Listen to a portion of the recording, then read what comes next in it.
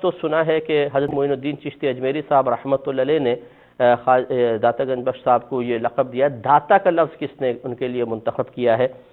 تو دیکھیں یہ بعض اوقات ایسے ہوتے ہیں کہ بعض عوام الناس نام رکھ دیتی ہے اوصافی نام، اور وہ کسی وجہ سے رکھتی ہے. کوئی ایک آدھ آدمی رکھ دیتا ہے، پھر وہ معروف ہونا شروع ہو جاتا ہے، مشہور ہو جاتا ہے.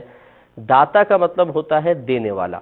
حقیقتاً داتا میرے رب کی ذات ہے. یہ ذہن میں رکھیں کہ اللہ تعالیٰ کے عطا کیے بغیر کوئی کسی کو ایک تنکا بھی نہیں دے سکتا، تنکا بھی نہیں دے سکتا.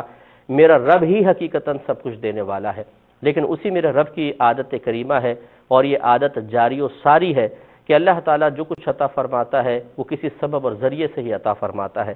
کبھی تو ایک مخلوق کو دوسری مخلوق کے لیے ذریعہ بنا دیتا ہے. جیسے ماں سے بچہ دودھ پیتا ہے، ماں باپ اس کو کھلاتے پلاتے ہیں، بڑا کرتے ہیں. ٹیچر سے وہ علم حاصل کرتا ہے، کتابوں سے علم حاصل کرتا ہے، لباس سے سردی گرمی سے بچاؤ حاصل کرتا ہے، اور بہت دوائیوں سے علاج، ڈاکٹروں کے ذریعے علاج.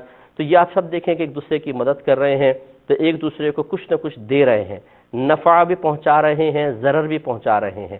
تو ہم یوں ہی کہیں گے کہ حقیقتاً تو دینے والی ذات فقط اللہ کی ہے، روکنے والی ذات اللہ تعالیٰ کی ہے، نفع پہنچانے ضرر پہنچانا اللہ کی ہی دست قدرت میں ہے.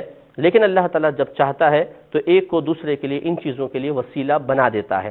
اب یاد رکھیں کہ نسبت جو ہے کہ ایک فعل کو کسی کی طرف منسوب کرنا، اگر وہ فعل اسی کی طرف منسوب کیا جس کے لیے کرنا چاہیے تھا تو اس کو کہتے ہیں نسبت حقیقی.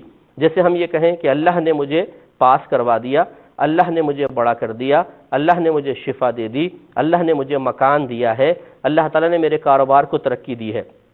تو یہ جب ہم اللہ نے چونکہ سب کچھ حقیقتاً کیا ہے تو ہم ان تمام افعال کی نسبت اللہ کی طرف کریں تو یہ نسبت حقیقی کہلاتی ہے.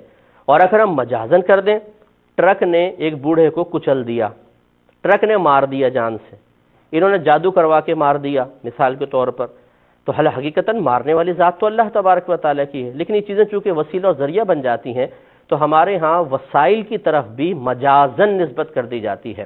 تو بس اب یہ سمجھ لیں کہ دینے والی ذات تو اللہ کی ہے، تو داتا حقیقی تو اللہ تعالیٰ ہے.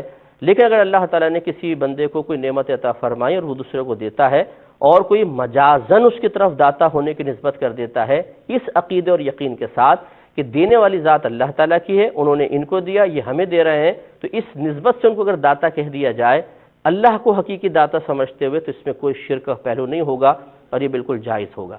لیکن اگر کوئی یہ کہتا ہے کہ اللہ دے نہ دے، یہ بندہ ہمیں دے سکتا ہے، تو یاد رکھیں کہ پھر ایسا دعویٰ تو نبی کے لیے بھی کریں گے تو انسان دائرہ اسلام سے خارج ہوگا اور شرک و کفر میں مبتلا ہو جائے گا.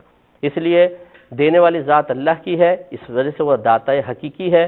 اگر بندے بھی کوئی ایسا سخی آدمی ہے کہ دے رہا ہے، لوگوں کو خوب بانٹ رہا ہے، تو اس کو آپ داتا کہہ سکتے ہیں، لیکن مجازن کہہ سکتے ہیں، اس میں کوئی حرج نہیں ہے.